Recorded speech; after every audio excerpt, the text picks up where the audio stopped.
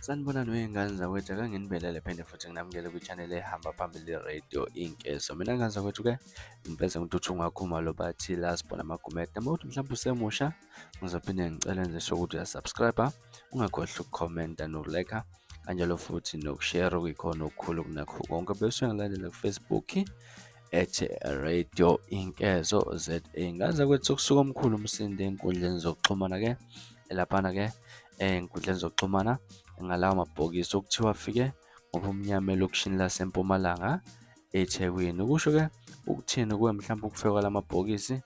Ukhetho selifike ngempela noma-ke kukhona okushaya amanzi-ke okushaqisa kakhulu ukuthi kuthiwa la mabhokisi atheleke ebusuku laphana. Kungani mhlampe angafikanga emini uma kuwukuthi-ke mhlampe amabhokisi nje afika ngokungemthetho? Asazi wey'ngane zakwethu, kodwa-ke ngidedele wena mhlampe uzwe ukuthi uluthino lwakho ukuphawula ngalolu daba laphana-ke.